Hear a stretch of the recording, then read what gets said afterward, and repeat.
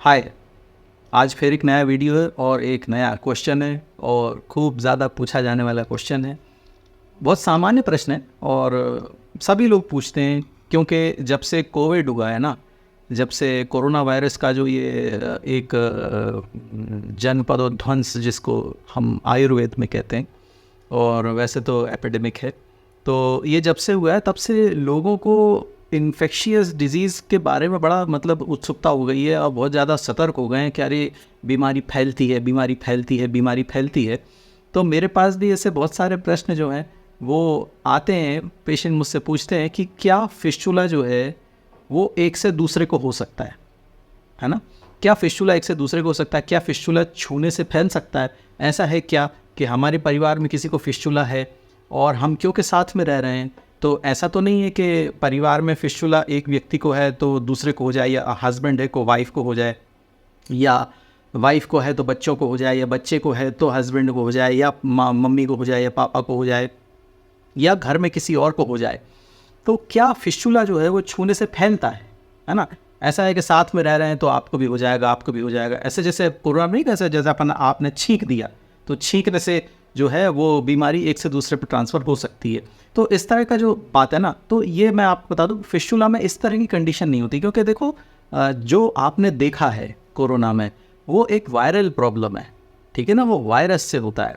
और जो फिस्टुला है वो एक बैक्टीरियल प्रॉब्लम है। दोनों की कैटेगरीज बहुत ज़्यादा अलग हैं, एक वायरल है और एक बैक्टीरियल है। दोनों में बेसिक डिफरेंस मैं आपको बताऊं जो आपको बिल्कुल सीधा समझ में आएगा और उससे आपके कॉन्सेप्ट क्लियर हो जाएंगे कि जो वायरल डिजीज़ होती है, वायरस से होती है, बहुत तेज़ी से स्प्रेड करती है। वायरस हमेशा बहुत तेज़ होता है ना? बैक्टीरिया जो होता है वो स्लो होता है। ये बेसिक कॉन्सेप्ट है।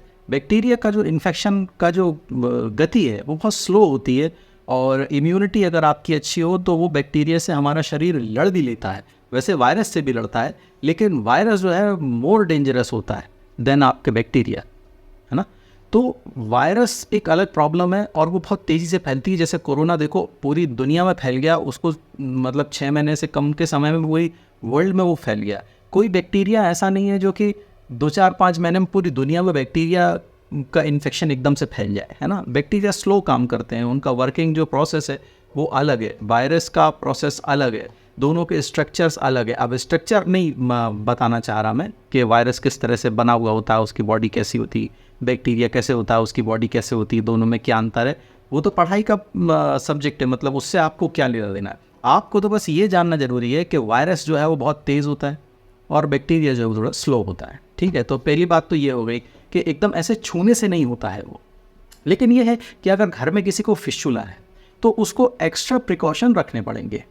अगर फिस्टुला है तो जो गारमेंट्स वो यूज़ कर रहे हैं, जो कपड़े वो पहन रहे हैं, ख़ास तौर पे अंडर गारमेंट्स यूज़ हो रहे हैं, तो उनको सेपरेटली हम वॉश करें, उनको अलग से हम धोएं और कम से कम 2 से 3 पानियों में धोएं। मतलब पहली बार हम धोएं साबुन और ख़ास तौर पे गर्म पानी में, ठीक है? एकदम खौलते पानी में कपड़ों को डालें, साबुन के साथ उसको धोएं, उसके बाद फिर निकाल के उसको एक बार फिर से दूसरे साबुन के पानी में धोएं, और उसके बाद तीसरी बार फिर उसको नॉर्मल पानी में धोएं, और उसके बाद हम उसे यूज़ करें।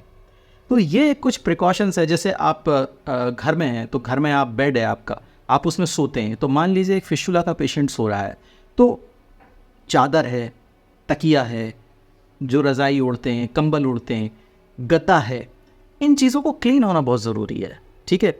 तो जैसे गद्दा है, गद्दे को अगर आप धो सकते हैं तो बहुत अच्छी बात है, नहीं धो सकते हैं तो उसमें डिसइंफेक्टेंट का पाउडर है, उसको बीच बीच में छिड़कते रहना चाहिए, गद्दे को साफ़ करते रहना चाहिए, धूप में रखना चाहिए गद्दे को कम से कम, नहीं तो उसको दिन भर की एक कड़कती धूप तो उसे मिल जाए, क्योंकि पेशेंट रोज़ रोज़ उस पर सो रहे हैं। तो देखिए उसमें होता है पस डिस्चार्ज, तो रात में जैसे आप सो रहे हो और एक आध बूंद अगर पस डिस्चार्ज हुआ और वो आपके कपड़ों में लग के चादर में लगा, चादर से थोड़ा बहुत गद्दे में चला गया, ठीक है? तो ये जो गद्दे में जो एक हफ्ते में जो लगातार डिस्चार्ज उसमें थोड़ा थोड़ा इकट्ठा होगा ना, तो फिर ये इन्फेक्शन का सोर्स हो सकता है, ठीक है?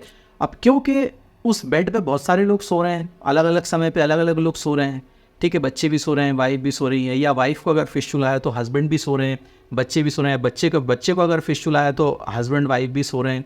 तो या और भी परिवार के लोग सो रहे हैं, तो क्या होता है कि अगर इस तरह का इन्फेक्शन बेड में, चादरों में, तकियों में, तकिए के खोल में, रुई में अगर है, और अगर कोई व्यक्ति जो उसका यूज़ कर रहा है उसकी इम्यूनिटी कम है, उसको कहीं ओपन वुंड है, कहीं बाल तोड़, कोई भी ऐसी बात है जिससे इन्फेक्शन हो सकता है, तो वो भले ही उसको फिस्टुला ना हो लेकिन बैक्टीरियल इन्फेक्शन तो हो सकता है। तो कहीं उसको एब्सेस बन सकता है, किसी तरह की कोई डिजीज़ हो सकती है, किसी शरीर के किसी भी अंग में हो सकती है। बात ये नहीं कि उसको केवल फिस्टुला ही हो सकता है, वो उस बैक्टीरिया का इन्फेक्शन बॉडी में किसी भी अंग में हो सकता है, किसी भी तरह से हो सकता है। तो इसलिए मैं कह रहा हूँ कि आपको प्रिकॉशंस रखने हैं, आपको सैनिटाइजेशन प्रॉपर रखना है, साफ़ सफाई का ध्यान रखना है आपको, है ना। ख़ास तौर पे फिस्टुला का जो मरीज़ है उसके कपड़ों का, वो जिस चीज़ों का यूज़ कर रहे हैं सोने जगने में, उठने बैठने में, वहाँ का, है ना। जैसे कभी सोफ़े में भी बैठते हो आप, कभी पस डिस्चार्ज हो जाता है उसमें लग जाता है, उसकी क्लीननेस का आपको ध्यान रखना है। बहुत सारी ऐसी चीज़ें, भाई हाथ में लग गया, जैसे आप बैठे हैं, फिस्टुला का पेशेंट है, बैठ के उठा, आपको नहीं पता कि उसमें पस डिस्चार्ज एक आध बूंद हो गया, आपका हाथ उसमें लग गया धोखे से, अब आपको नहीं मालूम, अनजाने में वो चीज़ जो है आपकी बॉडी में चली जाएगी, क्योंकि हाथ है। अब हाथ से हम बहुत सारी चीज़ें करते हैं ना, हाथ से हाथ बार बार मुंह में भी जाता है, ये प्रोसेस है। हाथ लगाते हैं, इधर लगाते हैं, इधर लगाते हैं, ऐसे ऐसे करते हैं, ऐसे ऐसे करते हैं, ऐसे कर लेते हैं, इस तरह से होता है ना। कभी कभी दांत में फंसा रहता है, ऐसे ऐसे निकालते हैं। तो अब ये जो बैक्टीरिया है जो आपके हाथ में आया है, ये सीधे मुंह में भी जा सकता है, ठीक है। बहुत सारे ऐसे इन्फेक्शन हैं जो आपको हो सकते हैं ऐसी स्थिति में। तो देखिए, फिस्टुला डायरेक्ट छूने से तो ऐसे नहीं होगा, लेकिन जो मैंने ये चीज़ें आपको बताई हैं, इस तरह से यदि उसको माध्यम मिलेंगे बैक्टीरिया को फैलने के, तो वो दूसरे तरह से फैल सकता है और आपको या आपके परिवार को या साथ में रहने वाले लोगों को अलग अलग तरह से इफ़ेक्ट कर सकता है ना। तो और वो सिंगल वे नहीं हो सकता, अलग अलग तरह से अलग अलग चीज़ें काम करेंगी। आप उसको एकदम से रिलेट नहीं कर पाएंगे कि ये इस कारण से शायद हो रहा हो। आप उसका इलाज करने चले जाएंगे, आप उसका इलाज कर लेंगे और फिर वो ठीक भी हो जाएंगे, लेकिन बार बार बीमार पड़ना, ये भी एक बात है।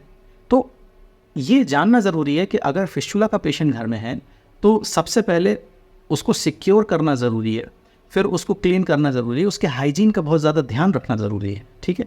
तो इस तरह का ध्यान यदि आप रखेंगे तो फिर फिस्टुला का इन्फेक्शन जो है वो कई तरह जगह नहीं फैलेगा। हाँ, ये बात नहीं है कि अगर किसी को फिस्टुला है तो उसको दूसरे को फिस्टुला हो जाएगा क्योंकि वो उसके साथ में सो रहा है, ऐसा नहीं है, ठीक है। ये बात नहीं है कि ऐसा नहीं है कि फिस्टुला यदि है तो दूसरे व्यक्ति को भी फिस्टुला उसी की वजह से हो जाएगा क्योंकि उसके साथ में सो रहा है, ऐसा नहीं है ना। वो अलग तरह से काम कर सकता है, इन्फेक्शन हो सकता है, लेकिन फिस्टुला ऐसे एक शरीर से दूसरे शरीर में फिस्टुला ट्रैवल नहीं करता है, ठीक है। उस तरह का बैक्टीरिया नहीं है कि यहाँ से निकल के दूसरे व्यक्ति को फिस्टुला कर देगा, इस तरह से वो नहीं होता है ना। और दूसरा प्रश्न बहुत सारे लोग मेरे से पूछते हैं कि अगर महिला मरीज़ है कोई, अगर उसको फिस्टुला है तो क्या पति या हस्बैंड उनसे शारीरिक संबंध बना सकते हैं, या किसी मेल पेशेंट को अगर फिस्टुला है तो क्या अपनी वो पत्नी से शारीरिक संबंध बना सकते हैं। इस पर मैं एक सेपरेट वीडियो बना दूंगा, क्योंकि इस वीडियो में ये बात भी करेंगे तो फिर बहुत लंबा हो जाएगा, तो अपन इस टॉपिक को अलग से रखते हैं, क्योंकि ये भी एक प्रश्न है, क्योंकि मेरे को अभी दिमाग में आ गया, क्योंकि बात कर रहे तो अचानक से वो भी आ गया कि हाँ ये भी पूछा जाता है, तो मैं एक अगले वीडियो में उसको बताऊंगा। लेकिन यहाँ पे मैं आपको बता दूं कि फिस्टुला जो छूने से, जो अभी ये जो प्रश्न है ना कि क्या फिस्टुला छूने से होता है, तो छूने से नहीं होता है, इन्फेक्शन फैल सकता है, डिफरेंट उसके तरीके होते हैं। तो मैंने आपको हाइजीन मेंटेन करने के लिए बताया, साफ़ सफाई रखने के लिए बताया, आप उसका ध्यान रखेंगे तो फिर उसका आप बचाव कर सकते हैं ना। तो और पेशेंट भी बचेगा इससे, उसको रिकरेंट इन्फेक्शन नहीं होगा, है ना, बार बार इन्फेक्शन नहीं होगा। साफ़ सफाई रखना ज़रूरी है, तभी तो जैसे बैक्टीरिया को अपन मार रहे हैं तो उसका सोर्स ऑफ इन्फेक्शन भी अपने को रोकना पड़ेगा ना। जैसे आप दवाई कर रहे हैं तो भाई जैसे बेड है उसको भी साफ़ रखो, उसकी चीज़ों को भी साफ़ रखो, उसके कपड़ों को भी साफ़ रखो। ये सारी चीज़ें साफ़ रखेंगे तो सोर्स ऑफ इन्फेक्शन, जो रिकरेंट इन्फेक्शन होता है वो बंद होगा, तो फिर इन्फेक्शन धीरे धीरे कम होगा और पेशेंट ठीक हो जाएंगे। ये कुछ चीज़ें ध्यान रखना पड़ती हैं, मतलब फिस्टुला के पेशेंट को before the treatment, during the treatment और आफ्टर द ट्रीटमेंट, ये कुछ समय तक अपने को इन चीज़ों का ध्यान रखना पड़ता है ना। तो यही मुझे इस वीडियो में आपको बताना था, इसी प्रश्न का मुझे आपको उत्तर देना था। तो जो मैंने उत्तर आपको दे दिया है, मुझे लगता है कि उत्तर शायद संतोषजनक होगा और आप तक बात पहुंच गई होगी। तो चलो मिलते हैं अगले वीडियो में, तब तक के लिए टाटा।